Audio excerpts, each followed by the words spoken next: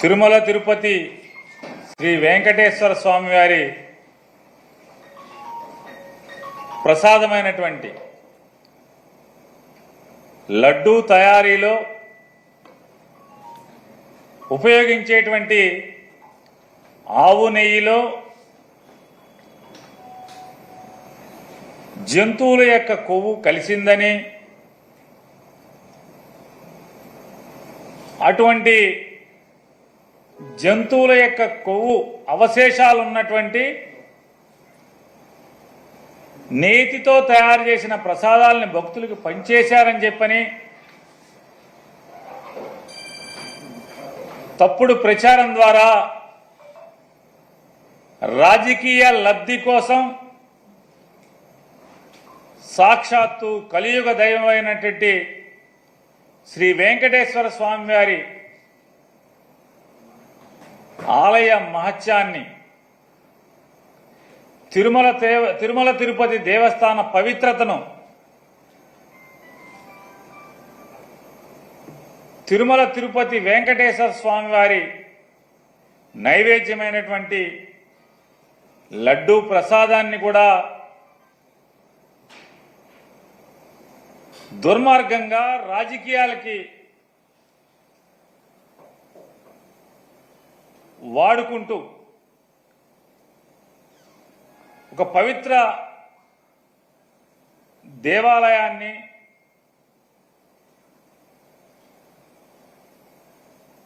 ప్రపంచవ్యాప్తంగా ఉన్నటువంటి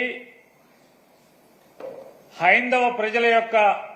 ఆరాధ్య దైవమైనటువంటి వెంకటేశ్వర స్వామి వారిని కూడా రాజకీయాల్లో భక్తుల మనోభావాల్ని దెబ్బతీసే స్థాయిలో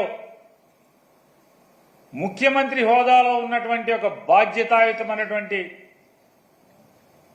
పదవిలో కూర్చున్నటువంటి నారా చంద్రబాబు నాయుడు గారు తిరుమల తిరుపతి ఎగ్జిక్యూటివ్ ఆఫీసర్ గారైన శ్యామలరావు గారు నెయ్యిలో లోపాలున్నటువంటి నెయ్యిని వెనక్కి తిప్పి పంపాము, మేము దాన్ని వాడలేదు, స్వీకరించలేదు అని, ప్రసాదానికి దాన్ని వాడకుండానే వెనక్కి తిప్పి పంపించాము అని చెప్పని, అలాగే తిరుపతిలో ల్యాబ్ ఉంది, ల్యాబ్లో మేము పరీక్ష చేసి అటువంటి నెయ్యిని వెనక్కి పంపించాము, వాడలేదని చెప్పని ఈవో చెప్తున్నప్పటికీ కూడా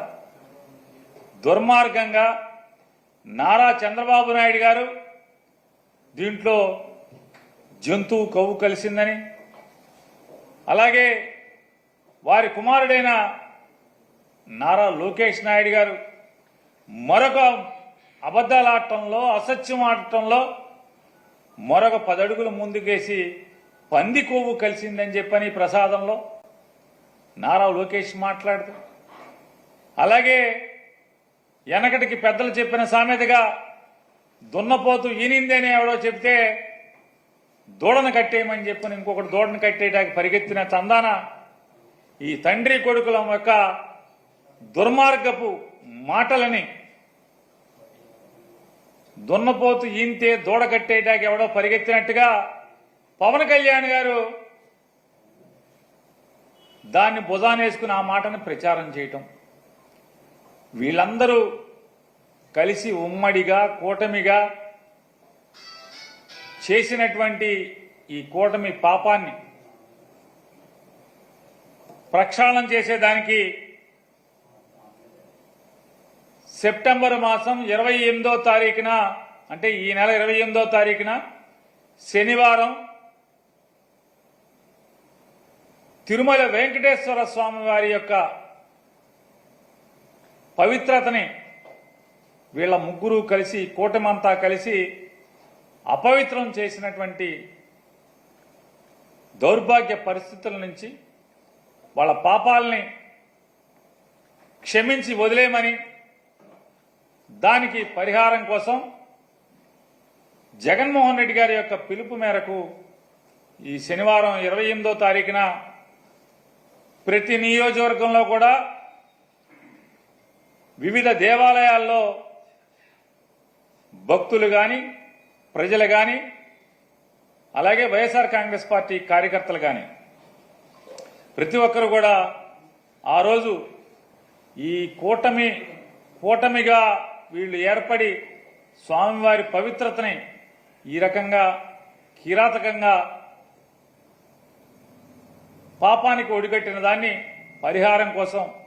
ప్రత్యేకమైన పూజలు నిర్వహించమని చెప్పని అందరినీ కూడా వైఎస్ఆర్ కాంగ్రెస్ పార్టీ తరఫున కోరుకుంటున్నాం. పవన్ కళ్యాణ్ గారు ప్రాయశ్చిత్త దీక్ష చేస్తున్నారు.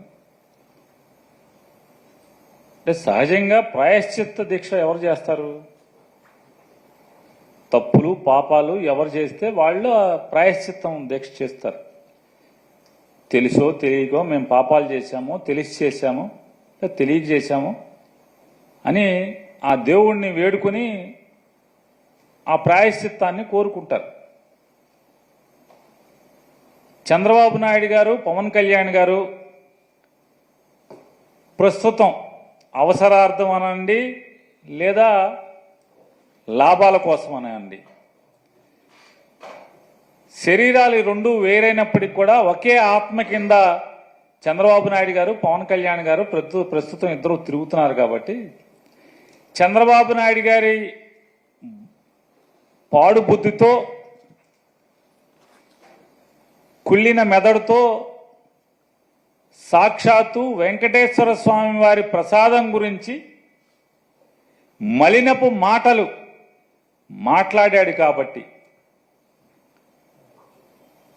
అలాగే ఎన్నికల్లో ప్రజల్ని ఓటు అడుక్కునేప్పుడు అమ్మఒడి తీసేసి తల్లికి వందనం అనే పేరు మీద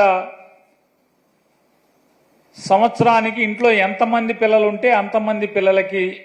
డబ్బులు ఇస్తామని, 19 ఏళ్లు నిండిన దగ్గర నుంచి 59 ఏళ్ల వరకు ఇంట్లో ఉన్నటువంటి ఎంతమంది ఆడబిడ్డలు ఉంటే అంతమందికి కూడా డబ్బులు ఇస్తాం నెల నెల అని చెప్పని, అలాగే చదువుకుని ఉద్యోగం లేక ఖాళీగా ఉన్నటువంటి ప్రతి నిరుద్యోగ యువకుడికి కూడా నెల నెల 1000 రూపాయలు డబ్బులు నిరుద్యోగ భృతిస్తామని చెప్పని, ఉద్యోగస్తులందరికీ కూడా సిపిఎస్ రద్దు చేసి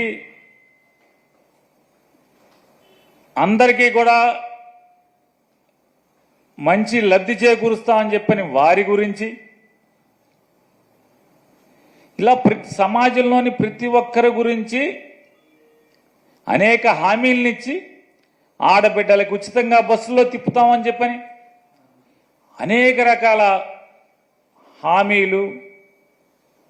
దాని సూపర్ 6లు, అలాగే షణ్ముఖ వ్యూహాలు, ఇట్లాంటివన్నీ ఇచ్చి మేము జనాల్ని మోసం చేశాము. రాజకీయాల కోసం జగన్మోహన్ రెడ్డి గారిని నిందల పాలు చేయటం కోసం కలియుగ దైవమైనటువంటి వెంకటేశ్వర స్వామి యొక్క ప్రసాదాన్ని కూడా మా మలినపు నాలుకతో తప్పుగా మాట్లాడాము, ప్రజల్లో